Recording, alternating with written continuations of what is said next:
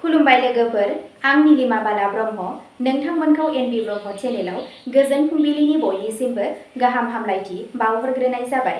आं दिनै नोंथांमोननि सिगाङाव दिनैनि सानसेनि फानजामुथिखौ फरायथिनो लादों। आसा खालामो नोंथांमोना भिडिअखौ नायना मोजां मोनगोन। नोंथांमोना भिडिअखौ नायना मोजां मोनोब्ला लाइक, साबस्क्राइब, कमेन्ट आरो शेयार खालामनानै होलांब्लानो जाबाय।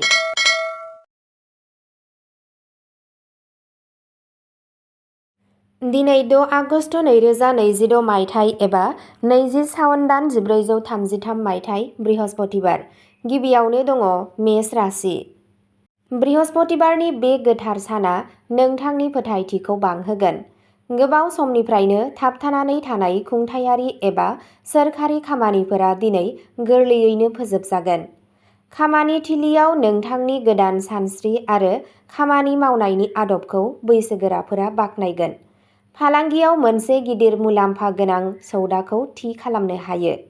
नखरारि जिउआव गोजोनथाव जागोन आरो नखरजों लोगोसे मोनसे गोजोनथाव दावबायनायनि बिथांखि लानो हागोन। सावस्रिया गोख्रों थागोन। नोंथांनि दिनैनि खाफाल गोनां दिगा जादों सानजा, खाफाल गोनां अनजिमाया जादों 9 आरो खाफाल गोनां गाबा जादों रोजा गोमो गाब। वृषभ राशि। दिनैनि साना नोंथांनि रांखान्थियारि थासारिखौ गोदान गोहो होगोन।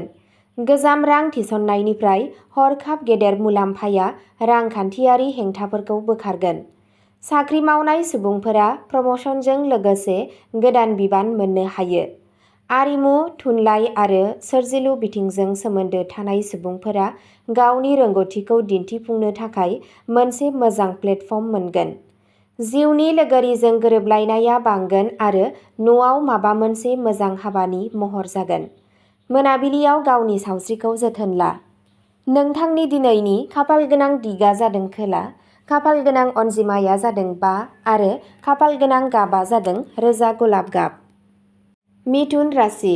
दिनैनि साना नोंथांनि थाखाय दावगानायनि गोदान दरखं बेखेवगोन।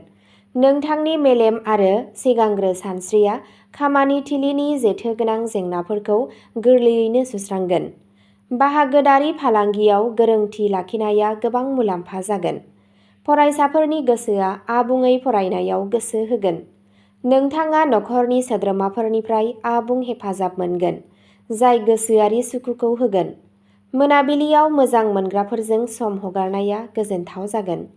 नोंथांनि दिनैनि खाफाल गोनां दिगा जादों सा-सानजा, खाफाल गोनां अनजिमाया जादों 3 आरो खाफाल गोनां गाबा जादों आकाहि गाब। कर्कट राशि। दिनै नोंथांनि गोसोआ धोरोमारि आरो इसोरारि खामानिफोराव बांसिन नांथाबगोन। इसोर श्री हरि बिष्णुनि दयाजों नोंथांनि नखराव मोजां आरो रंजानायनि आबहावा थागोन। साख्रि मावनाय सुबुंफोरा गोजौ थाखोनि मावख'गिरिफोरनि अननाय आरो सुबुरुन मोनगोन। रांखान्थियारि थासारिया गोख्रों थागोन आरो थाबथानाय राङा फैफिन्नायनि जाथावना दं। मोजां मोनलायनायनि सोमोन्दोआ गोख्रों जागोन। मोनाबिलियाव बबेबा थानसालि एबा निजोम जायगायाव थांनाया गोसोखौ जोबोद गोजोन होगोन। नोंथांनि दिनैनि खाफाल गोनां दिगा जादों सा-सोनाब, खाफाल गोनां अनजिमाया जादों 7 आरो खाफाल गोनां गाबा जादों मुक्ता बादि गुफुर गाब। सिंह राशि। दिनै नोंथांनि दैदेननाय रोंग'थि आरो थिरांथा लानो हानाय गोहोखौ जेथिंबो बाख्नायगोन। खामानि थिलियाव लोगोफोरा नोंथांनि दैदेननायजों गाव गावनि हाबाफोरखौ फोजोबगोन। बायजो हादोरारि फालांगि एबा माल्टिनेशनेल कम्पानिफोरजों सोमोन्दो थानाय सुबुंफोरा मोनसे गोदान मावथांखि मोननो हागोन, जाय इयुनाव गोबां मुलाम्फा होगोन। गथ'सानि फारसेनिफ्राय माबा मोनसे मोजां खौरां मोनब्ला गोसोआ खुसि जागोन। सावस्रिनि नोजोरजों साना मोजां आरो गोमोथावै जागोन। नोंथांनि दिनैनि खाफाल गोनां दिगा जादों खोला-सानजा, खाफाल गोनां अनजिमाया जादों 1 आरो खाफाल गोनां गाबा जादों सना गाब। कन्या राशि। दिनै नोंथांनि आखा-फाखा आरो सम सामलायनाया नोंथांखौ जाफुंसारनायनि थिखिनियाव लांगोन। फालांगियाव गोदान रादाय खानायनि थाखाय नाजानाया आबुङै जाफुंसारगोन। आयनि गोदान फुंखा सोरजिनाया बुथुमनाय धोनखौ बांहोगोन। जुलियारि जिउआव गावजों गाव बुजिलायनाय आरो मोजां मोनलायनाया बांगोन। जुदि सोरबा गोजाम लोगोजों दावराव-दावसि जादोंब्ला दिनै रायज्लायनो आरो बेखौ सुस्रांनो थाखाय साबसिन सान। नोंथाङा गासै सानावनो एनार्जेटिक मोनगोन। नोंथांनि दिनैनि खाफाल गोनां दिगा जादों साहा, खाफाल गोनां अनजिमाया जादों 8 आरो खाफाल गोनां गाबा जादों गोथां गाब। तुला राशि, दिनैनि साना नोंथांनि जिउआव गोजोन आरो मोनसे गोदान समानथि लानानै फैदों। खामानि थिलिनि आबहावाया जोबोद मोजां जागोन आरो नोंथांनि बोसोनफोरखौ गोनांथि होनाय जागोन। स्टक मार्केट एबा सम्पथिजों सोमोन्दो गोनां थिरांथाफोरा गोबां मुलाम्फा जानो हागौ। नखरारि जिउआव गोदै थागोन आरो गथ'फोरजों गोजोननि बुब्लिफोर बारहोनो खाबु मोनगोन। मोजां मोनज्लायनायनि जिउआव सोलिबाय थानाय गोरोन्थि बुजिलायनाया गोजान जागोन। सावस्रिया सरासनस्रा जागोन। नोंथांनि दिनैनि खाफाल गोनां दिगा जादों सोनाब, खाफाल गोनां अनजिमाया जादों 6 आरो खाफाल गोनां गाबा जादों गोथां गाब। वृश्चिक राशि, नोंथांनि खस्थ' आरो बावसोमनाया दिनै फिथाइ मोनगोन। साख्रि नागिरग्रा लाइमोनफोरा बबेबा मुंदांखा कम्पानिनिफ्राय कल मोननो हागौ। आजै-आजौनि सम्पथिजों सोमोन्दो थानाय जायखिजाया गोजाम दावराव-दावसिखौ दिनै बैसोगोराफोरनि गेजेरजोंसो फोजोबनो हायो। फालांगियारि दावबायनाया जोबोद फिथाइ गोनां जागोन।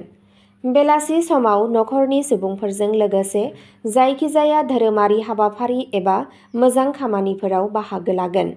आदाराव गोथारथि लाखि, सावस्रिया मोजां जागोन।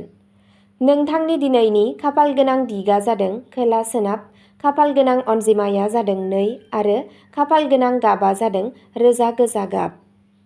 धनु राशि, गुरुदेब बृहस्पतिनि बोरआ दिनै नोंथांनो गियान, जाफुंसारनाय आरो मुंदांखा लाबोगोन। सोलोंथाइ आरो बोसोन होनाय आयदाजों सोमोन्दो थानाय सुबुंफोरनि थाखाय दिनैनि साना जोबोर गाहाम। नोंथांनि बोसोनआ गुबुनफोरखौबो मुलाम्फा होगोन, जाय समाजाव नोंथांनि मान-सन्मानखौ बांहोगोन। रांखान्थियारि थासारिया जोबोद गोख्रों जागोन। बिसि-फिसायजों सोमोन्दोआ गोदै थागोन आरो गावजों गाव मान होनाया बांगोन।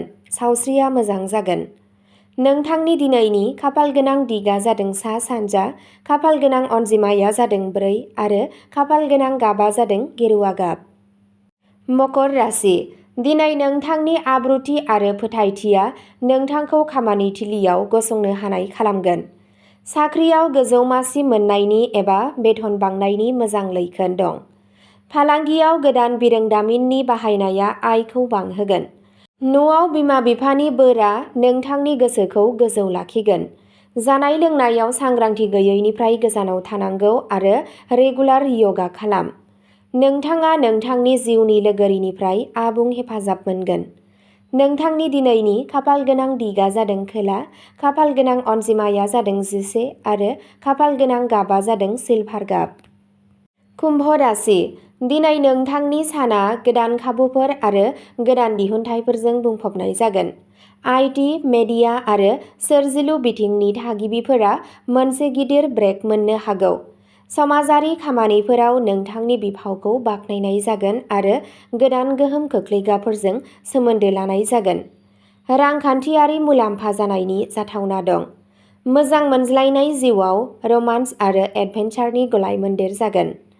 मोनाबिलियाव नोंथाङा लोगोफोरजों रंजाथाव बुब्लिफोर हगारगोन। सावस्रिया मोजां जागोन।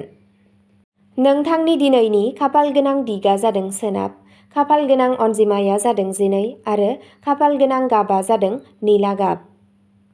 मीन राशि, दिनै नोंथांनि गोसोआव मोजां गोहोनि बोहैथि थागोन। मोनसे गोबाव साननानै लानाय थांखिगोनां सानथांखिया दिनैनिफ्राय जागायनो हागौ। फोरोंगिरि आरो गागि सुबुंफोरनि हेफाजाबजों जिउ राहाया मोनसे गोदान दिथा मोनगोन। फालांगियाव रांनि बोहैनाया मोजां जागोन। न'आव धोरोमारि नेमखान्थि एबा फुजानि आबहावा थागोन, जाय गोसोआरि गोजोन होगोन। सावस्रिनि बेलायाव साना मोजां जागोन। नोंथांनि दिनैनि खाफाल गोनां दिगा जादों सा-सोनाब, खाफाल गोनां अनजिमाया जादों 3 आरो खाफाल गोनां गाबा जादों रेजें गोमो गाब। अब्ला दिनैनि सानसेनि फानजामुथि एबा राशि फरायथिनाया एसेनोसै। गोजोन्थों।